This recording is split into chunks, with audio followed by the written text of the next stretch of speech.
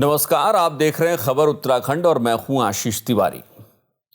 उत्तराखंड में पिछले तकरीबन 4 दिनों से सरकारी कामकाज बुरी तरीके से प्रभावित हुआ है। वो कामकाज जो ऑनलाइन होता है, ई ऑफिस के जरिए होता है, वो तमाम कामकाज पिछले तकरीबन 4 दिनों से या 5 दिनों से भी कह सकते हैं, पूरी तरीके से ठप पड़ा हुआ है। हैरत इस बात की है कि तकरीबन 4-5 दिनों के बावजूद, बीत जाने के बावजूद, हमारी जो टीम है, हमारी जो सरकारी मशीनरी है, वो पूरी तरीके से इस जो अव्यवस्था फैली है, इसको दुरुस्त नहीं कर पाई है। अब सवाल यहां पर यह उठता है कि यह व्यवस्था, ऑनलाइन व्यवस्था, जिस तरीके से कामकाज ध्वस्त हुआ, वो महज एक मॉलवेयर के जरिए हुआ या फिर कहीं ऐसा तो नहीं है कि सरकारी मशीनरी में कोई वायरस आ गया है जिसकी वजह से हमें ये दिन देखने पड़ गए। आगे इस वीडियो में आपको इस पूरे मसले पर बताएंगे कि अंदर की बात दरअसल है क्या और क्यों ऐसा हुआ कि पिछले 4-5 दिनों से सरकारी कामकाज पूरी तरीके से ठप पड़ा हुआ है और खुद मुख्यमंत्री को इस पूरे मामले में बैठक बुलानी पड़ गई। लेकिन उससे पहले अगर आप हमारे चैनल पर नए हैं तो चैनल को सब्सक्राइब करिएगा, बेल आइकन जरूर दबाइएगा और अगर आप हमें फेसबुक पर देख रहे हैं तो पेज को फॉलो करना मत भूलिएगा। दरअसल उत्तराखंड में पिछले 4-5 दिनों से जो सरकारी कामकाज है, जो ऑनलाइन होता है, वो पूरी तरीके से ध्वस्त हो गया। तकरीबन 100 से अधिक वेबसाइटें, ऐसी सरकारी वेबसाइटें जिन पर ई ऑफिस के जरिए लॉगिन होता है, डैशबोर्ड खुलता है, फाइलें इधर से उधर होती हैं, वो तमाम वेबसाइटें डाउन करनी पड़ गई। अब सवाल ये है, इसको सिलसिलेवार समझाते हैं आपको कि ऐसा हुआ क्यों। दरअसल हुआ ये कि 4-5 दिनों पहले उत्तराखंड में एक, मोटी भाषा में आप कह सकते हैं कि एक साइबर अटैक जैसी घटना हुई, या फिर आप जो सरकारी भाषा हमारे पास आ रही है उसमें यह बताया गया कि जो नेटवर्क है, नेटवर्किंग है, दरअसल उत्तराखंड में जो सरकारी कामकाज है, चाहे वो ई ऑफिस हो, सीएम हेल्पलाइन हो या फिर तमाम स्टेट हेडक्वार्टर और डिस्ट्रिक्ट हेडक्वार्टर से जुड़े हुए जो सरकारी दफ्तर हैं, उनका पूरा एक नेटवर्क है। उस नेटवर्क में एक मॉलवेयर आ गया। मॉलवेयर को आप एक तरीके से वायरस कह सकते हैं, जो किसी भी तरीके से इसमें आ सकता है। अब इसके आने की वजह से ऐसा हुआ कि जो तमाम वेबसाइटें थीं उन पर इफेक्ट आया, उन पर प्रभाव पड़ा और उसको बचाने के लिए सरकार को और जो सरकारी मशीनरी थी उसको वेबसाइटों को डाउन करना पड़ा। अब सुनने में ये बहुत आसान लगता है कि ये बहुत साधारण सी घटना है, लेकिन आपको थोड़ा और अगर हम बताएं तो ये घटना बहुत साधारण नहीं है। ये घटना उत्तराखंड के निर्माण से लेकर अब तक जिस तरीके से ऑनलाइन व्यवस्था को दुरुस्त करने और बहुत व्यापक रूप से बनाने की बात हुई थी, उससे भी जुड़ती है। दरअसल जब उत्तराखंड बना उस वक्त आईटी क्षेत्र में देश में क्रांति हो रही थी। 2000 का वक्त था और जो तमाम ऑनलाइन व्यवस्थाएं थी उनको दुरुस्त किया जा रहा था। तो उस वक्त ये सोचा गया कि उत्तराखंड में जो तमाम सरकारी व्यवस्थाएं हों, उनमें करप्शन को रोकने के लिए और कामकाज को बेहद ट्रांसपेरेंट, पारदर्शी रखने के लिए ऐसी व्यवस्था की जाए कि ये सारा कामकाज ऑनलाइन हो और जनता की पहुंच तक हो।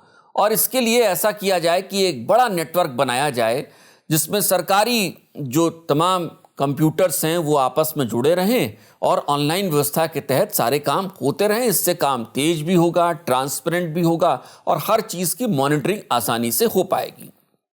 इसे लेकर एक काम शुरू हुआ।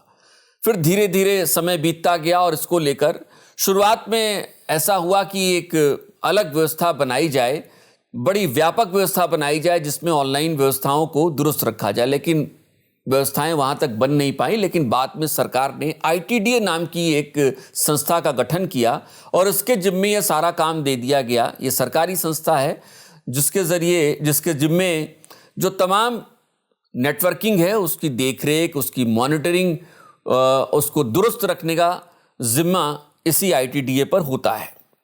इसका एक निदेशक होता है जिसमें एक सरकारी अफसर जिसे देखता है, जिस पद पर होता है। इसके अलावा आईटी सचिव होते हैं जो इन सारे कामकाज को देखते हैं। अब हुआ ये, हाल की जो घटना है उसमें 4-5 दिनों पहले, चूंकि आपको थोड़ा ये समझाना ज़रूरी है क्योंकि एक स्टेट हेडक्वार्टर है, स्टेट हेडक्वार्टर से जुड़े हुए 13 डिस्ट्रिक्ट हेडक्वार्टर हैं, जो अलग अलग 13 जिले हैं उनके डिस्ट्रिक्ट हेडक्वार्टर से, और डिस्ट्रिक्ट में बैठे जितने भी अफसर हैं, जितने भी विभाग काम कर रहे हैं, वो सभी आकर स्टेट हेडक्वार्टर से जुड़ते हैं। और इसके लिए एक अलग व्यवस्था बनाई गई जिसे यूके स्वान व्यवस्था कही गई। जो स्टेट वाइड एरिया नेटवर्क है उसको कहा गया, यूके स्वान कहा गया। और ये तमाम जो 13 जिले हैं वो फिर स्टेट हेडक्वार्टर से जुड़ते हैं, और जो सारा कामकाज होता है वो सारा कामकाज स्टेट डाटा सेंटर में जाकर स्टोर होता है। जो भी कामकाज हो रहा है, जितनी भी चीज़ें हैं, वो सब स्टेट डेटा सेंटर में स्टोर होती रहती हैं। और ये बहुत व्यापक व्यवस्था है, अगर देखा जाए इसे तो एक बहुत व्यापक व्यवस्था है।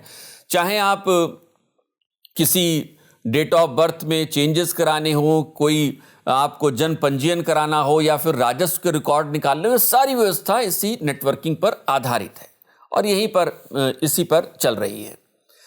दिलचस्प ये है कि कुछ सालों पहले जो मुख्यमंत्री और मुख्यमंत्री का दफ्तर है और कैबिनेट मंत्रियों का दफ्तर है, तमाम जो कैबिनेट मंत्री हैं उनका दफ्तर भी ई ऑफिस में तब्दील कर दिया गया और सबको एक ई ऑफिस का लॉगिन दिया गया। और ई ऑफिस के जरिए ही कोई फाइल सचिव के यहाँ से मुख्यमंत्री के यहाँ जा रही है, मुख्यमंत्री के दफ्तर में जा रही है, उस पर कब कौन सी नोटिंग लगी, क्या उसमें प्रोग्रेस हुई, ये तमाम चीज़ें ऑनलाइन दर्ज होती हैं। और खुद मुख्यमंत्री भी ई ऑफिस के ज़रिए ही काम करते हैं। सभी को एक एक बाकायदा लॉगिन मिला हुआ है, तमाम जो कैबिनेट मंत्री हैं सबको एक एक ई लॉगिन मिला हुआ है, और इसी के ज़रिए आप समझ सकते हैं कि कितना बड़ा ये कामकाज है। सिर्फ ये आपको समझाने के लिए हम आपको बता रहे हैं कि कितना बड़ा व्यापक तंत्र है, और इस व्यापक तंत्र को चलाने का जिम्मा आईटीडीए के पास होता है। और आईटीडीए के पास एक सरकारी मशीनरी है जो ये सारा काम करती है। आईटीडीए के बाकायदा जो कार्मिक हैं वो लगे रहते हैं। लेकिन हुआ ये कि आईटीडीए 4-5 दिनों पहले जब मॉलवेयर आया, उसके बाद उसके हाथ पांव फूल गए।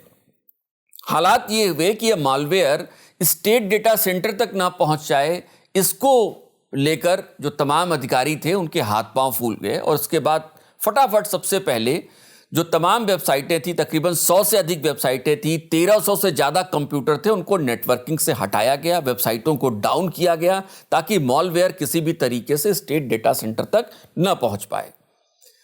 स्टेट डेटा सेंटर तक अगर ये मॉलवेयर पहुंच जाता तो आप समझ सकते हैं कि कितना बड़ा नुकसान हो सकता था। स्टेट डेटा जो तमाम, मैंने आपको जैसा जिस तरीके से बताया कि जो तमाम अभिलेख हैं, तमाम डेटा हैं, वो स्टोर होते हैं, और उस तक अगर पहुंच बन जाता तो उसमें कुछ भी बदलाव हो सकता था जो राज्य के लिए बड़ा नुकसानदायक होता। खैर, लेकिन दिलचस्प ये है कि तकरीबन 4-5 दिनों तक जो आईटी सचिव हैं वो लगे रहे, आईटीडीए की जो डायरेक्टर हैं वो लगी रही। मॉलवेयर को ट्रेस तो कर लिया गया, लेकिन उसको डाउन करना या उसको नेटवर्क से हटाने की जो कवायद थी वो 4-5 दिनों तक चलती रही।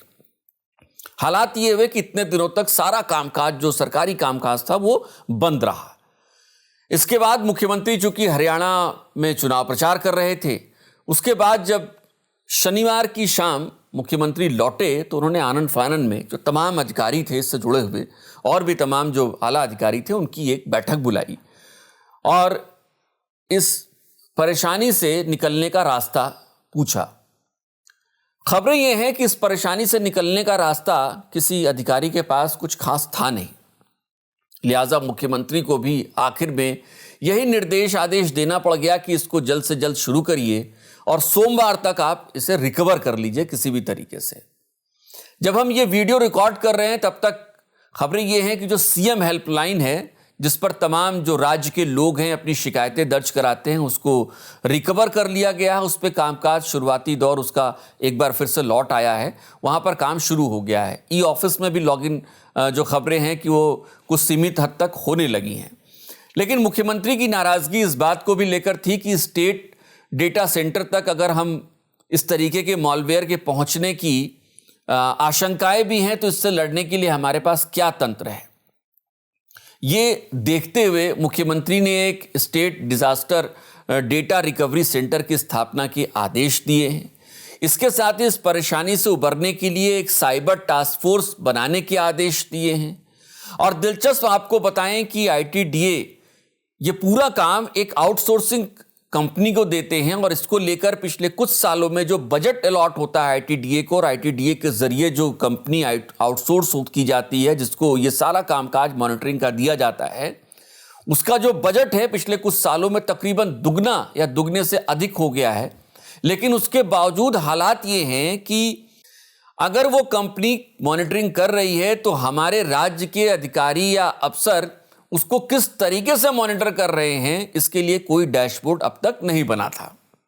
जैसी खबरें हैं, मुख्यमंत्री को जो बताया गया, और मुख्यमंत्री ने इस बैठक में इस पर नाराजगी जताई और इसके बाद इस तरीके का डैशबोर्ड बनाने के निर्देश भी दिए हैं, जो खबरें हमारे पास पहुंची हैं। हालांकि हो सकता है कि आधिकारिक रूप से इसमें कुछ ना कहा जाए, लेकिन मुख्यमंत्री की नाराजगी इसमें झलकी है।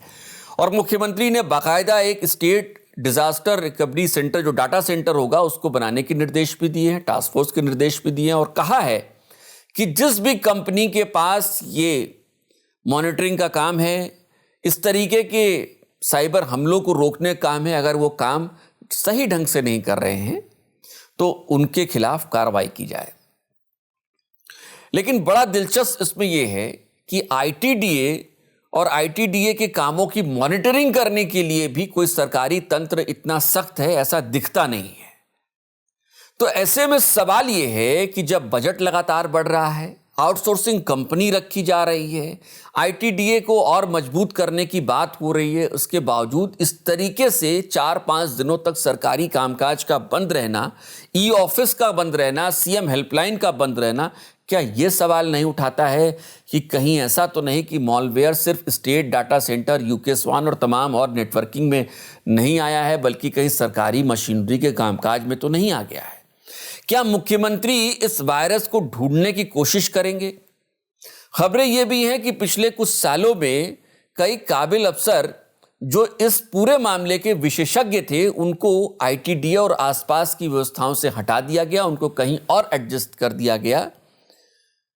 तो क्या मुख्यमंत्री इस बात का भी संज्ञान ले पाएंगे कि जो विशेषज्ञ अफसर हैं उनकी तैनाती की जाए, उनको इसके काम सौंपे जाएं? जो कंपनी काम कर रही है उसकी मॉनिटरिंग करने वाले जो अफसर हैं, कहीं उस सिस्टम में वायरस नहीं आया है, उसको क्या मुख्यमंत्री देख पाएंगे और इसके लिए कोई एंटीवायरस क्या सिस्टम में डाल पाएंगे? ये बड़ा सवाल है। आपको क्या लगता है, ये सिर्फ नेटवर्क में आए मालवेयर का काम है, या फिर कहीं ऐसा तो नहीं कि आपको भी लगता हो कि सरकारी मशीनरी में भी एक वायरस घूम रहा है, जिसके लिए एक एंटीवायरस डालने की जरूरत इस सरकारी सिस्टम में पड़ रही है? क्या मुख्यमंत्री ऐसा कर पाएंगे? आप हमें कमेंट करके बता सकते हैं। एक बार फिर से आपसे अनुरोध है, अगर आप हमें YouTube पर देख रहे हैं तो चैनल को सब्सक्राइब जरूर करिएगा, बेल आइकन जरूर दबाइएगा। अगर Facebook पर देख रहे हैं तो पेज को फॉलो करना मत भूलिए। नमस्कार।